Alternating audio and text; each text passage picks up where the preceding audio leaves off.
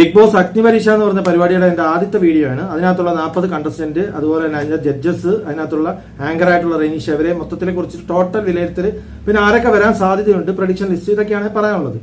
തുടക്കം തന്നെ പറയുകയാണ്, അവിടുത്തെ കണ്ടസ്റ്റന്റ് പറഞ്ഞു കഴിഞ്ഞാൽ അവിടെ ഇപ്പൊ കാണിച്ചുകൊണ്ടിരിക്കുന്ന പ്രധാനമായിട്ട് ഒന്ന് നമ്മുടെ മൂത്താശാരി എന്നറിയപ്പെടുന്ന ആശാരി ചേട്ടന്റെ ക്രിഞ്ച് സാധനം, പെറ്റതള്ള സഹിക്കാത്ത രീതിയിലുള്ള കോമഡി, വളിച്ച കോമഡികൾ ഒന്ന്.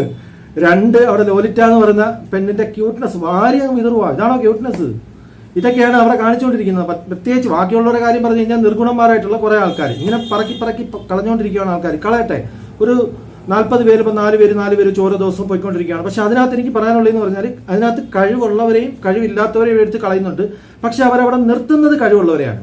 അപ്പം നമ്മൾ മനസ്സിലാക്കേണ്ടത്, ഒരു ടോപ്പ് 10 വരുവാണെങ്കിൽ ഉറപ്പായിട്ടും ഏറ്റവും കഴിവുള്ളവരെന്നല്ല, ആ ടോപ്പ് 10 ഉള്ളവരെല്ലാം കഴിവുള്ളവരായിരിക്കും.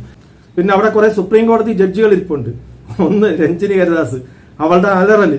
2 റിയാസ് കോമാളിത്തരം, പക്ഷെ കുറച്ച് മെച്ചപ്പെട്ട് വരുന്നുണ്ട്. പിന്നെ അഖിൽമാരാർ മാത്രമേ ഉള്ളൂ വലിയ കുഴപ്പമില്ലാത്ത രീതിയിൽ അങ്ങനെ പോകുന്നത്. പിന്നെ അവിടെ ഉള്ള ആങ്കർ റെനീഷ, തൂറി വാരി അറിയാൻ തോന്നുന്ന രീതിയിലുള്ള ക്യൂട്ട്നെസ് വാരി അങ്ങ് വിതറുക. ഇതാണ് എനിക്ക് ഇതിനെക്കുറിച്ച് പറയാനുള്ളത്. ഇനി ഞാൻ പ്രഡിക്ഷൻ പറയുന്നത്, അതായത് ഇതിനകത്ത് എനിക്ക് ഒരു ബിഗ് ബോസ് മെറ്റീരിയൽ അത്രയും കഴിവുള്ള ആൾക്കാരായിട്ട് ആരെയും തോന്നുന്നില്ല. മൊത്തത്തിൽ നിർഗുണ ആൾക്കാരാണ്. പക്ഷെ ആ 40 പേരിൽ നമ്മൾ ഒരു 10 വരെ പറയണ്ടേ, ഒരു ടോപ്പ് 10 പറയണ്ടേ. അത് വെച്ചിട്ട് എന്റെ ഒരു പ്രഡിക്ഷൻ ഞാൻ പറയാൻ പോവാണ്. ഞാൻ പ്രഡിക്ഷൻ പറയുന്ന 10 പേര് ഇവരാണ്: രാകേഷ്, എൽദോ, ലോലിറ്റ, ഷാമോൻ, ഷിജോ, ഷിജുലാൽ, താഷി, ശ്യാം, പൂജ, നമ്മുടെ പുറത്തായ പൂജയല്ല, മറ്റേ പൂജ, പിന്നെ ഷിബിന, ഇവരെയാണ് ഈ 10 പേര്. സോനയുണ്ട്. ഈ ഒരു 10-12 പേരിനകത്ത് ഒരു 10 പേരാണ് ഞാൻ പ്രഡിക്ഷൻ ചെയ്യുന്ന ടോപ്പ് 10. പിന്നെ അതിനകത്ത് പൂജയെക്കുറിച്ച് എല്ലാവരും ഭയങ്കര അഭിപ്രായങ്ങളൊക്കെ ഉണ്ട്. പോസിറ്റീവും നെഗറ്റീവും വേണ്ടേ?